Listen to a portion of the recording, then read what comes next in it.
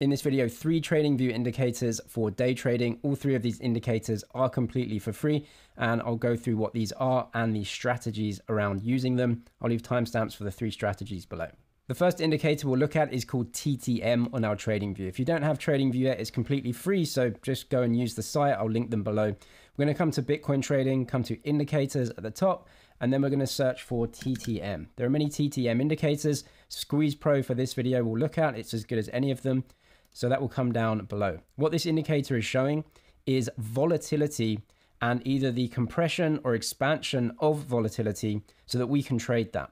Then obviously you get moves in volatility either to the up or downside, which are shown by the histogram here, to the upside in blue and to the downside in orange and yellow. So what we're going to go and do is look at the inputs. Now we have, for this indicator, looking at Bollinger Bands within counter channels. We don't need to know what those are for this video, but essentially when Bollinger Bands are within a very tight range, then that is the most compressed volatility is. And of course, you're looking for breaks out of volatility when it becomes compressed. So within the first bound, that is colored in orange, which is these dots below. What we're going to do is take away the histogram for now and look at these dots right here. So orange is the most compressed. Then the 1.5 channel is actually red, which is a little bit more volatile, showing that volatility may be increasing again. And within the third channel, that is actually shown in black, which is a potential breakout of volatility. So you might want to trade a breakout.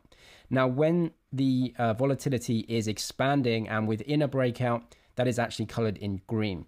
Now, you might want to change the style here, as the most compressed is orange, and then the next level up is red, which isn't very intuitive. So you might want to swap that to red, orange, and black for a breakout, and then green actually when that breakout is occurring. It's up to you. How I want to try and use this indicator to help me trading. I want to trade with my bias, which is going long. And so I'm looking for pullbacks within trends and weakness in the price, then a compression of volatility in order to take long positions to then hopefully trade a breakout of that volatility to the upside.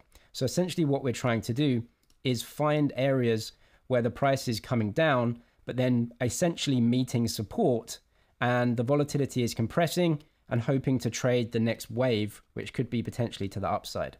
So what we're going to do is go over to the indicator. I'm going to turn off the histogram for now, and we're going to look at areas where the trade is compressing very hard. So the first one, this is obviously a compression here. We have a compression here. And then going forward, we can see other compressions. This is a huge time-based compression right here. We have a compression here as well, which is orange, red, and black. So these are compression areas where I would be looking to take long positions. The indicator has helped me identify 4 areas on the chart where a compression has occurred. So a sell-off and then a compression in volatility, which has another breakout. These could, of course, be to the down or upside. But for me, we can use our own technical analysis and our own bias, whether we want to go long or short, to then go ahead and trade. So the first thing is simple support and resistance lines above and below your trade entries, which we have right here.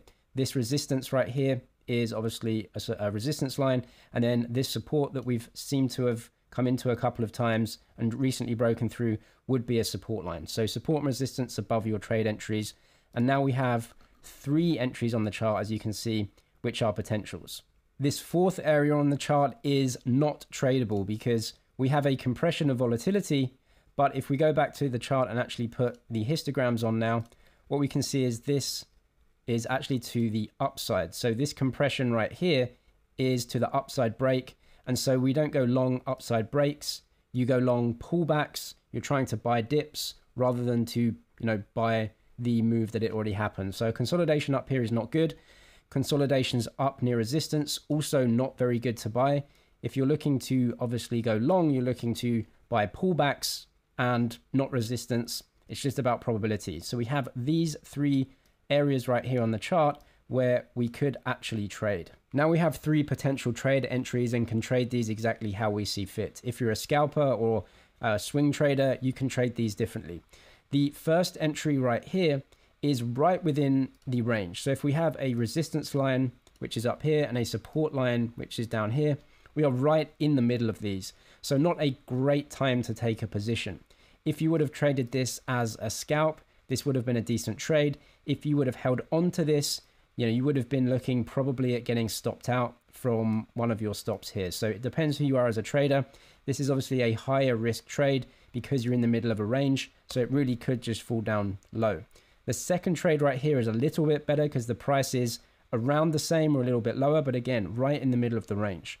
The third trade right here, potential, is much closer to the support level.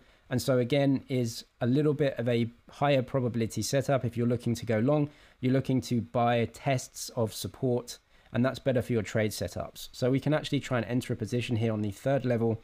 We'll look at Bybit here. I'll leave a link to Bybit in the description. They give trading and deposit bonuses up to 30K. So if you do trade crypto, check that link below. This is the consolidation here. So we'd be looking to take some sort of long position with a short position where the trade would be invalidated. So around the support level, if you start breaking through support, that's a shame. And maybe your trade is invalidated. Take profits somewhere, near previous highs, somewhere around there. That risk reward ratio is around 1.7, which is decent for a trade. And it's coming towards a support level, which is where you would expect things to bounce after consolidations as well. You got a small sell-off within the range though, so fine, you didn't get stopped out, and that would have been a profitable trade. This trade may have been a bit sticky for you, probably not a great trade to take, and may have been stopped out here on some wicks down. This trade would have been a profitable trade for a scalp, but again, if you stayed in this trade for a swing, it wouldn't have been great for you. So that's why we wait for prices to come much nearer to support if we're trading to the upside. The next indicator we'll look at is a version of the MACD. It's called MACD Multi-Time Frame Indicator. MACD is a momentum indicator again. And in this instance, rather than a specific trade with an entry and a stop loss, we're going to look at how to use MACD and momentum waves in order to potentially manage your positions that you have in a better way. So if you have a large position in an asset and you actually want to try and trade around the edges of that, which is actually a strategy many people implement. So you have a core position and you try and outperform the market by buying and selling in waves. Well, we can use indicators like the MACD to potentially try and do this. So what we're seeing here is the MACD show us waves in the market. So if you just type in MACD, it should be MACD Custom Indicator Multiple Time Frame. Now, again, what this indicator is trying to do is show us waves in the market of overbought and oversold, or strong momentum to the upside and maybe another wave to the downside. Now, what we can see here from the MACD right here is these waves, right? So everything to the upside is potentially a strong move up, and then you get the wave back down. Now, you can try and trade around the edges of your portfolio along with these waves. What we're seeing is the volatility of Ethereum in this case actually narrow within a range. So we're seeing the waves come in and actually narrow over time. You can see this narrowing right here. Now for me, when volatility narrows and compresses, that is also potential something you can trade as a breakout.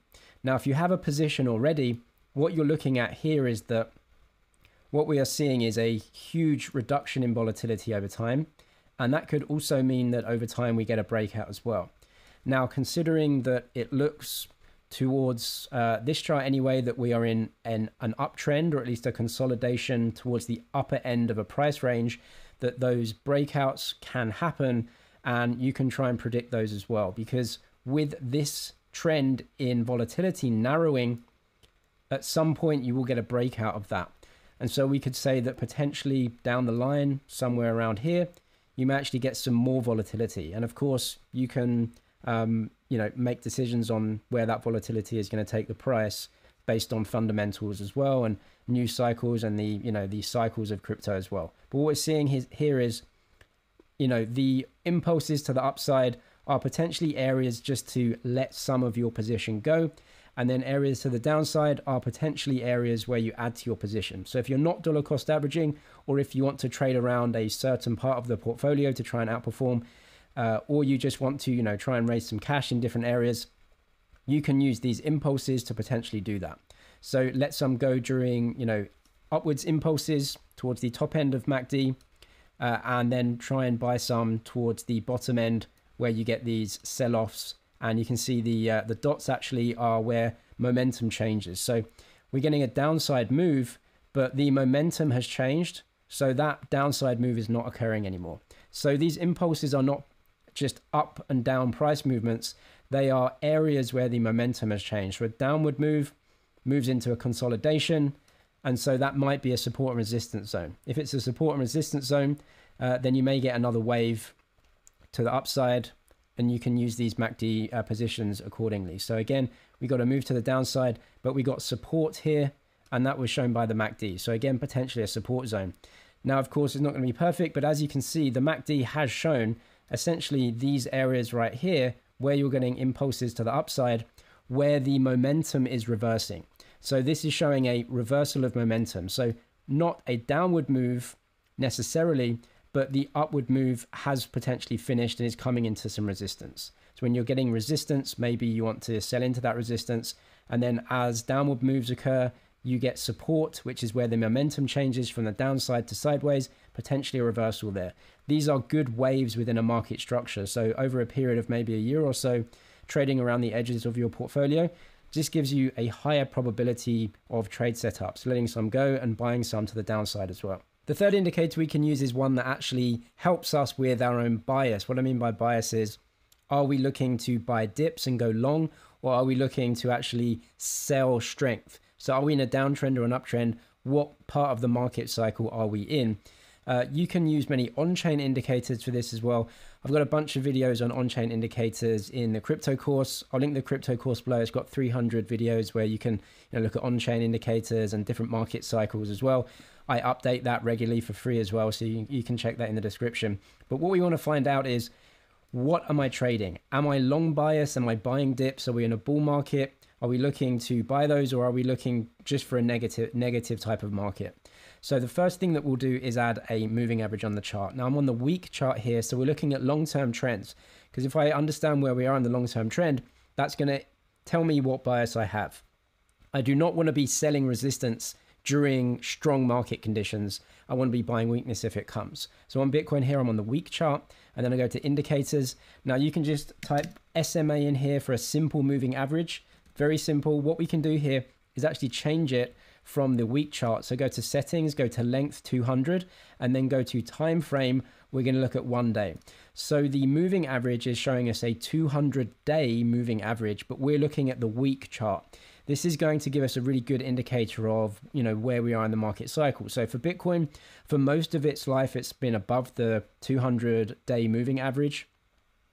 Those indicate uptrends at least. So you're looking to buy reversions to that, right? If there's a reversion to the mean, you're looking to buy those in uptrends. So as we can see here, very simply from the simple moving average, any breaks of this are not great, especially if you're towards the top end of market cycles. So we can look at these, but we can also look down here at the oscillator as well. So we're going to look at this indicator, go to settings. This is the wave trend oscillator. So if you go to indicators and type in indicator and then wave trend, and it should be there, wave trend oscillator WT at the top. So click that one. What this is going to also show us is momentum in waves as well. Is price action strong, or is it weakening? Is it very weak price action? Is it getting stronger? So you're looking at waves between that. So what we can see here at the previous end of the previous bull market is we see a divergence right here between price action, which did have a second top, and then momentum, which totally broke down between those two. So the end of a bull cycle where you have a top, but the momentum absolutely crashed between those two price points. So this is potentially telling you that going long right here is not a great idea, because the momentum has completely come out of the market. So this is very good to understand where we are with trends. Momentum completely fallen away from the market despite what the price is telling us. We're also seeing a break of the 200 on multiple occasions right here, which is showing weakness. So, potential top of a market there. Now, as we can see, as we move under the 200-day moving average the entire time, a massive downtrend, and you're just seeing total weakness in the momentum oscillator as well. Now, that has changed recently. Recently, we see a break of the 200 period. We see a test. We see another test. Both have bounced off it to the upside. And we have fairly strong momentum. So that tells me what type of trader I want to be now. During this stronger momentum, you have to accept that this is stronger momentum. And so buying dips and buying weakness has a higher probability. During this, where you have weak momentum and you're under the 200-day, buying dips probably isn't great for short-term trading. You're looking to probably sell any strength that comes in or just stay out of the market, not take long positions to get caught offside. Where is your bias? Above or below the 200-day moving average, looking at longer term trends and the strength of moves. As you can see, we had a massive crossover right here. Crossover from weakness into strength, which was this. And then if you bought any dips, for example, this one, another move up to the upside. So I want to be buying weakness during this time when momentum is strong and has changed from weak to strong, rather than, selling rips here, because momentum is strong right here. So go with momentum and go with the trend. I'll leave some other helpful TA videos down in the description completely for free. Check the Crypto Investor course, 300 videos in there as well. Deposit bonus on Bybit if you are a trader. I'm James with MoneyZG. Cheers for watching, and I'll see you in the next one.